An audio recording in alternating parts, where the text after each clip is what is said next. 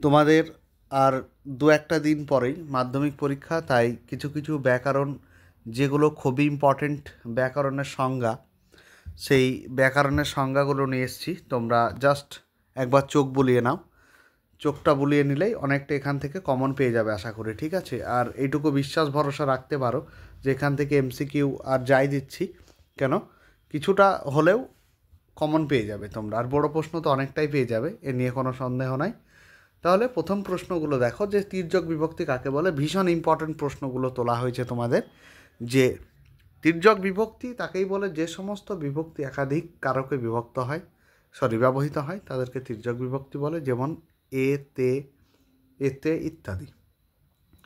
2 নম্বর দেখো প্রযোজ্য কর্তা কাকে বলে। যে কর্তা অন্যের পরিচালনায় কাজ করে তাকে প্রযোজ্য কর্তা বা প্রকৃত কর্তা বলে। যেমন সুচেতনা নীলাদ্রিকা অঙ্ক করাচ্ছে, ঠিক আছে? তোমরা উদাহরণগুলো একটু দেখে রাখবে। 3 নম্বর পয়েন্ট হচ্ছে যে নিরপেক্ষ কর্তার উদাহরণ। একটি বাক্যে সমাপিকা ক্রিয়া ও অসমাপিকা ক্রিয়ার যে কর্তা আলাদা আলাদা হলে অসমাপিকা ক্রিয়ার কর্তাকে নিরপেক্ষ কর্তা বলা হয়, ঠিক আছে? নীলাদ্রি বললে সুচেতনা লিখে নেবে, এটা হচ্ছে উদাহরণ। পরবর্তী দেখো যে অকারক কাকে বলে। অকারক আমরা তাকেই বলবো যে একটি বাক্যে সমাপিকা ক্রিয়ার সঙ্গে অর্থ সম্পর্কহীন পদকেই অকারক বা উপকারক বলা হয়। বাক্যে ব্যবহৃত যে পদ ক্রিয়া সম্পর্কিত নয় তারাই অকারক। পরবর্তী প্রশ্ন দেখো সম্বন্ধ পদ কাকে বলা হয়। বাক্যের পূর্ববর্তী বিশেষ্য বা সর্বনামের সঙ্গে পরবর্তী বিশেষ্য বা সর্বনাম পদের সম্পর্ক থাকলেও ক্রিয়ার সঙ্গে কোনো অন্যই নেই, সেই পূর্ববর্তী নামপদকে সম্বন্ধপদ বলে। আর একটা কথা বলছি, এগুলো তোমরা ভেবো না যে টেস্ট পেপারে নেই। প্রত্যেকটা টেস্ট পেপারের সেট দেখবে তোমরা, এই প্রশ্নগুলি কিন্তু ঘুরিয়ে ফিরিয়ে রয়েছে, ঠিক আছে? তাই আমি একটা অল ওভার ভিডিও তোমাদের বানিয়ে দিলাম। পরশু হয়তো পরীক্ষা তোমাদের, তাই একটি ঝলক যদি দেখা যায় হয়তো তোমরা অনেকটাই কমন পেয়ে যাবে। আর উত্তরগুলো তো হয়তো অনেকেই যারা আগে থেকে মুখস্থ করে রেখেছো তারা তো ভালোই, শুধু প্রশ্ন উত্তরগুলো জাস্ট একবার ঝালিয়ে নেওয়া হয়ে যাবে, ঠিক আছে? ভিডিওটিতে যারা নতুন অবশ্যই চ্যানেলটি সাবস্ক্রাইব করো এবং চ্যানেলটি তোমরা আরও দেখো যে প্লেলিস্টে সমস্ত টেস্ট পেপারের সমাধান তোমাদের মাদ্রাসা বোর্ডে দেওয়া রয়েছে। এমনকি এগুলো স্কুল বোর্ডের জন্য ভীষণ গুরুত্বপূর্ণ এবং জরুরি, ঠিক আছে? পরবর্তী প্রশ্ন দেখো সম্বন্ধপদ ও সম্বন্ধন পদের তুলনা করো। এখানে প্রথমে যে সাদৃশ্যটা রয়েছে, যে সম্বন্ধ পদ ও সম্বন্ধন পদ উভয়েই অকারক। আর বৈসাদৃশ্য কী রয়েছে, যে সম্বন্ধ পদ বাক্যের বিশেষ্য বা সর্বনাম পদের সঙ্গে অর্থ সম্পর্কযুক্ত, আর সম্বন্ধন পদের সঙ্গে বাক্যের কোনো পদেরই অর্থ সংযোগ নেই, ঠিক আছে? তার পরবর্তী প্রশ্ন দেখো সম্বন্ধ পদ কারক নয় কেন। অনেকবার এসছে প্রশ্নটি, খুবই ইম্পর্টেন্ট প্রশ্ন। যে কারক নয় তার একটা কারণ হচ্ছে যে কারকের ক্ষেত্রে বাক্যের ক্রিয়ার সঙ্গে অন্যান্য নামপদের সম্পর্ক থাকে, কিন্তু সম্বন্ধ পদের ক্ষেত্রে বাক্যের ক্রিয়ার সঙ্গে তার কোনো সম্পর্ক থাকে না, তাই সম্বন্ধন পদ কারক নয়, ঠিক আছে? চলো পরবর্তী প্রশ্ন দেখি। পরবর্তী প্রশ্ন হয়তো পৃথিবীতে দেখো কী লেখা আছে, যে পৃথিবী হয়তো বেঁচে আছে, কারক আর বিভক্তি নির্ণয় করতে হবে, ঠিক আছে? এখানে পৃথিবীর তলায় দাগ, তাহলে কে হয়তো বেঁচে আছে, পৃথিবী হয়তো বেঁচে আছে, কে দিয়ে প্রশ্ন করছি, তাই সেটা হয়ে যাচ্ছে কর্তৃকারক, ঠিক আছে? এবং কোন বিভক্তি সেটাও লিখতে হবে। পৃথিবীর তো এরপরে তো কিছু নেই, এ নেই, কে নেই, তে রে নেই ইত্যাদি, তাহলে এটা হয়ে যাবে শূন্য বিভক্তি, ঠিক আছে? এটা শূন্য বিভক্তি হয়ে যাবে। তোমরা ভিডিওটি না স্কিপ করে একদম প্রথম থেকে শেষ পর্যন্ত দেখো, তোমাদের পরশু দিনের জন্য অনেকটাই আশা করি কাজ হয়ে যাবে, ঠিক আছে? পরবর্তী দেখো, ওই তো উত্তর তো দেওয়াই আছে। দেখো শব্দ বিভক্তির একটি উদাহরণ দাও। শব্দ বিভক্তির একটা উদাহরণ হচ্ছে যে কবিতার ক্ষেত্রে কে রে আর তে, ঠিক আছে? পরবর্তী প্রশ্ন দেখো যে কহ দাসে লঙ্কার কুশল, কারক আর বিভক্তি নির্ণয় করতে হবে। এখানে লঙ্কার কুশল অর্থাৎ কে, কহ দাসে কাকে কুশল, এখানে কুশল হচ্ছে যে কর্মকারকে শূন্য বিভক্তি, ঠিক আছে? চলো পরবর্তী প্রশ্ন দেখি। সেটা হলো যে বিগ্রহ বাক্য বা ব্যাস বাক্য কাকে বলে। ভীষণ ইম্পর্ট্যান্ট একটি প্রশ্ন, যে বাক্যে বা বাক্যাংশের মাধ্যমে সমাসবদ্ধ পদকে বিশ্লেষণ করে সমস্যমান পদগুলির মধ্যে পারস্পরিক সম্পর্ককে স্পষ্ট করে বুঝিয়ে দেওয়া হয়, তাকে বিগ্রহ বাক্য বা ব্যাস বাক্য বলা হয়। ঠিক আছে, তোমরা এই ভিডিওগুলি বারবার রিভাইজ দেবে। এই পড়াগুলো এতটাই ইম্পর্টেন্ট, তোমরা নিজেরাও বুঝতে পারছো যে এই প্রশ্নগুলো কতটা ইম্পর্টেন্ট। ঠিক আছে, আর আমি আজকে এমসিকিউ এর আরেকটা ভিডিও দেব। ঠিক আছে, এমসিকিউ যে 40টা মানে বাংলা ব্যাকরণ থেকে যে টপ 40 এমসিকিউ হয়, সেই ভিডিওটা অবশ্যই দেখে যাবে তোমরা। সেখান থেকে ব্যাকরণ 1-2 নম্বর নয়, ব্যাকরণ অনেক নাম্বার আছে, প্রায় 20+ আছে ব্যাকরণে। ঠিক আছে, ব্যাকরণটা একটু হেলাই ফেলাই দেওয়া যাবে না, তোমরা এটা ভালোভাবে দেখে নেবে। ঠিক আছে, এরপর অ্যাক্সেস দ্বন্দ্ব কাকে বলা হয়, ভীষণ ইম্পর্টেন্ট প্রশ্ন।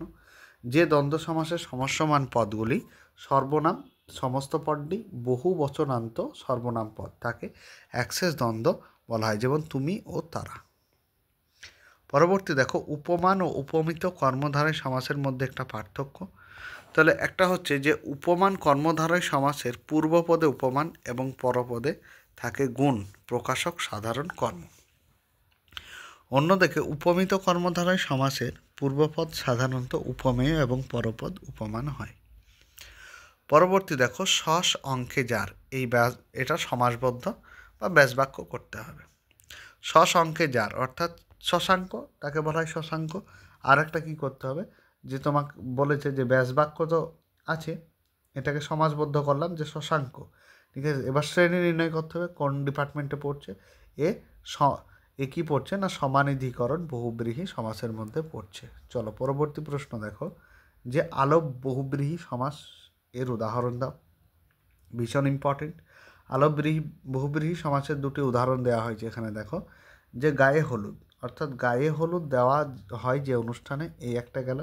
আর একটা মুখে ভাত, মুখে প্রথম ভাত দেওয়া হয় যে অনুষ্ঠানে। ঠিক আছে, পরবর্তী দেখো, ব্যাসবাক্য সহ সমাসের নাম লিখতে হবে। অনুগমন, এইখানে তোমরা একটা জিনিস দেখো যে অনুগমন, ঠিক আছে, তাহলে নিশ্চয়ই এখানে গমনের কোনো কথা আসছে। তাহলে গমনের কথা যদি আসে, গমন আর অনু মানে ছোট, এবার পিছনেও হতে পারে অনেক সময়।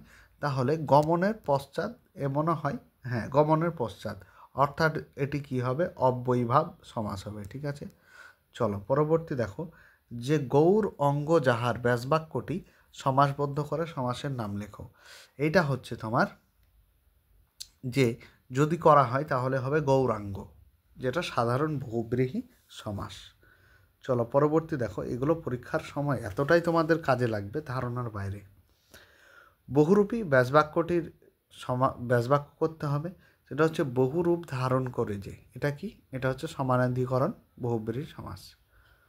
পরবর্তী দেখো, যে অব্যয়ীভাব সমাসের একটা উদাহরণ। অব্যয়ীভাব সমাসের উদাহরণ যদি দিই আমি, তাহলে সেটি কি হয়ে যাবে না, মিলের অভাব, যেটাকে বলা হয় গড়মিল, অর্থাৎ অভাব অর্থে অব্যয়ীভাব সমাস। পরবর্তী দেখো, বাক্য নির্মাণের শর্তগুলি কি কি। আমরা জানি যে বাক্য নির্মাণে 3টি শর্ত রয়েছে। কি কি, যোগ্যতা, আসক্তি, আর একটা হচ্ছে আকাঙ্ক্ষা। ঠিক আছে, তোমরা এই 3টি দেখে নাও। পরবর্তী দেখো, যে যোগ্যতা কাকে বলে, ভীষণ ইম্পর্টেন্ট প্রশ্ন। যে যোগ্যতা হচ্ছে যদি পদ সমষ্টি উচ্চারিত হওয়ার সঙ্গে সঙ্গে যদি ভাব প্রকাশে কোনো প্রকার বাধা না থাকে, তবে একে যোগ্যতা বলা হয়। পরবর্তী পয়েন্ট দেখো, যে সূর্য পশ্চিম দিকে উদিত হয়। এখানে বাক্য নির্মাণে কোন শর্ত লঙ্ঘিত হয়েছে। বাক্য নির্মাণে যে শর্তটা হয়েছে সেটা হচ্ছে যোগ্যতা। ঠিক আছে, পরবর্তী প্রশ্ন দেখো, যে বিশেষণ ও বিশেষ্য যোগ্য একটি বিশেষয় খণ্ড তৈরি করে বাক্য ব্যবহার করো। সেটা কি না, লম্বা, বেটে, রোগা, মোটা 7টা লোকে কাজটা উদ্ধার করলো। পরবর্তী প্রশ্ন, ওরা ভয়ে কাঠ হয়ে গেল। উদ্দেশ্য বিধেয় অংশ চিহ্নিত করো। যেগুলো তোমাদেরকে করাচ্ছে এখানে, সেখানে মাধ্যমিকে কোনো না কোনো সালে এই প্রশ্নগুলো এসেছিল, তোমরা কিন্তু মাথায় রাখবে। আর প্রশ্নগুলো সব প্রিভিয়াস ইয়ারেরই প্রশ্ন, তোমরা আবারও দেখে যাও, আবারও এখানে রিপিট করে দিতে পারে। তাহলে এটা উদ্দেশ্য হচ্ছে ওরা, আর ভয়ে কাঠ হয়ে যাওয়াটা হয়ে গেল বিধেয়। পরবর্তী দেখো, নির্দেশক বাক্যের একটি উদাহরণ দাও। নির্দেশক বাক্যের উদাহরণ দেব, সেটা হচ্ছে যে সুচেতনা ভালো কাজ করেছে।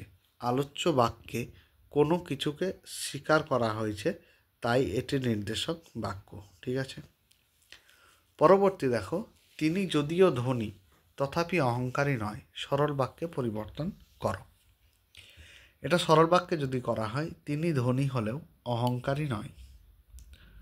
পরবর্তী প্রশ্ন, কলম তাদের কাছে আজ অস্পৃশ্য। এটা জটিল বাক্যে পরিণত করতে হবে। সেটা হচ্ছে যে তাদের কাছে আজ যা অস্পৃশ্য তা হলো কলম। পরবর্তীতে ভীষণ ইম্পর্ট্যান্ট এবং বারবার আসে, সরল বাক্যে পরিণত করতে হবে যে বাবুটির স্বাস্থ্য গেছে কিন্তু শখ 16 আনাই বজায় রয়েছে। ঠিক আছে, তাহলে এটি হয়ে যাবে তোমার বাবুটির স্বাস্থ্য গেলেও শখ 16 আনাই বজায় রয়েছে। ঠিক আছে, পরবর্তী প্রশ্ন, আর কোনো ভয় নেই। প্রশ্নবোধক বাক্যের পরিবর্তন করতে হবে, যে আর কি ভয় আছে, এখানে প্রশ্নবোধক বলেছে, অর্থাৎ প্রশ্ন করতে হবে। আর দু একটা আছে, দেখে নাও তোমরা, যে বাচ্য কাকে বলে, যে যেখানে যে বাক্যে সমাপিকা ক্রিয়া, কর্তা ও কর্মের সম্পর্ক ঠিক কিভাবে ঘটেছে বাক্যের যে লক্ষণ বা বাক্যের প্রকাশভঙ্গি থেকে জানা যায় তাকেই বাচ্য বলে। বাছাই হবে না, বাচ্য। পরবর্তী প্রশ্ন, বাংলা ভাষায় বাচ্য কত প্রকার ও কী কী? বাংলা ভাষায় বাচ্য হচ্ছে যে 4 প্রকার: কর্তৃবাচ্য, কর্মবাচ্য, ভাববাচ্য ও কর্মকর্তৃবাচ্য। গোটা ব্যাকরণটা কিন্তু আজকে রিভাইজ দেওয়া হচ্ছে পরীক্ষার শেষ মুহূর্তে। ঠিক আছে, তারপর দেখো কর্মকর্তৃবাচ্য কাকে বলে, যে বাচ্যে কর্তা অনুপস্থিত থাকে এবং কর্মই কর্তারূপে প্রতীয়মান হয় তাকে কর্মকর্তৃবাচ্য বলা হয়। পরবর্তী দেখো, যে নদীর ধারে তাহার জন্ম হইয়াছে, কর্তৃবাচ্যে পরিণত করো, সে নদীর ধারে জন্মাইছে। ঠিক আছে, এরপর দেখো, বুড়ো মানুষের কথাটি শোনো, কর্মবাচ্যে পরিণত করো, সেটা হচ্ছে বুড়ো মানুষের কথাটা শোনা হোক। আজকে এই পর্যন্তই প্রশ্নগুলি ছিল, আর এই প্রশ্নগুলি গোটা ব্যাকরণ বই থেকে তোমাদের এক প্রকার রিভাইজ দেওয়া হয়ে গেল। ঠিক আছে, একদম বেছে বেছে প্রশ্নগুলি তোলা হয়েছে, আর প্রশ্নগুলি তোমরা অবশ্যই রিভাইজ দাও বারে বারে, ভিডিওটা একবার না হলে বারবার দেখো, আর চ্যানেলটি সাবস্ক্রাইব করো, যারা নতুন বন্ধুদের সাথে ভিডিওটি শেয়ার করো বেশি বেশি।